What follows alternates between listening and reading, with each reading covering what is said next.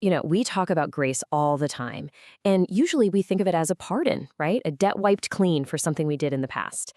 But what if? What if that's only half the story? Today, we're going to dig into a devotional text that sees grace as something totally different, not just forgiveness, but an active, powerful force that is shaping us right here, right now. Okay, let's get into it. So let's start with the most basic question of all. What is grace? For a lot of us, the answer that pops into our heads is pretty simple. Unmerited favor, forgiveness.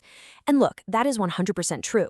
But the source material for this explainer suggests that if we stop there, we actually miss out on its most powerful, dynamic function in our lives. And this is where it gets really interesting. On the one hand, you've got what we often think. It's a pardon for the past, a kind of passive transaction that just deals with stuff that's already happened. But this devotional completely flips the script. It teaches that grace is an active power for the present. It's not just about forgiving what was, it's about actively forming what is becoming. See the difference? It's huge. Okay, so to get our heads around this idea of active grace, the text points us to a passage in the book of Titus. And it makes it super clear that getting the order of operations right here is absolutely critical. It all starts not with what we do, but with what has already been done for us. The key word there is appeared. Past tense, grace showed up.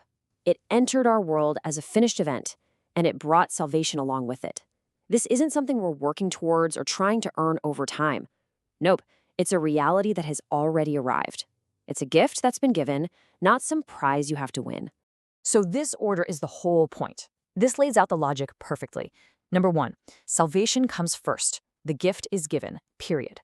Number 2, because of that, our belonging is established before our behavior even enters the picture. We are claimed. Which leads to number 3.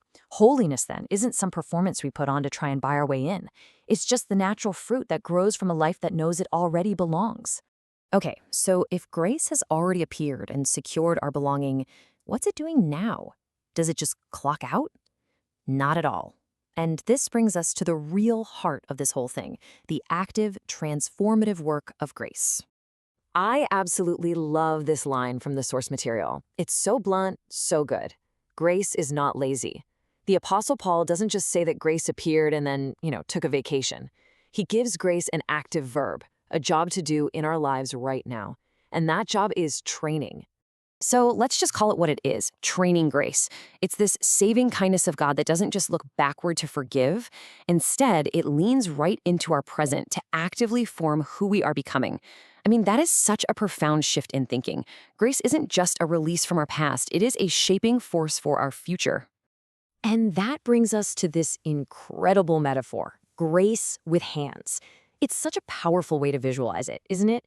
It stops being this abstract, floaty idea and becomes something with real intention. You can almost picture it like a master potter or a sculptor, patiently working, shaping, and molding us, not from a distance, but right up close.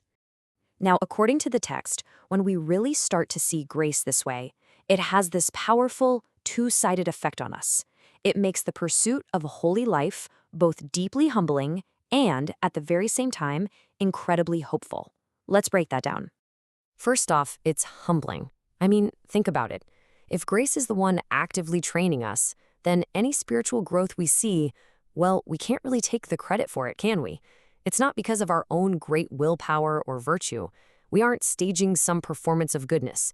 The devotional says God isn't interested in producing polished actors. And man, that just lifts this exhausting pressure to be perfect all on our own. But then, here's the other side of that coin. It's so hopeful. Why? Because it means that grace is still at work right now. Even when we feel totally stuck or frustrated with ourselves, the process isn't over. The very same Lord who gave himself for us is now the one patiently training us. We are an ongoing project, being shaped into a people who are passionate about doing good things, not to earn our place, but because we know whose we are. Now, this all sounds great in theory, but how does it actually apply to our messy, everyday lives? Well, the devotional offers this brilliant, super practical way to bring this whole concept down from the clouds and right onto the ground we walk on. Here is the actionable step. First, think of a current, ordinary struggle. Impatience in traffic, frustration at work, a tough conversation you're avoiding. Then, reframe it. Try to see it not just as an interruption or an obstacle, but as a classroom. And once you're in that classroom, you ask this question: where is grace trying to train me right now? Is it in patience? Maybe in self-control? Or maybe it's courage?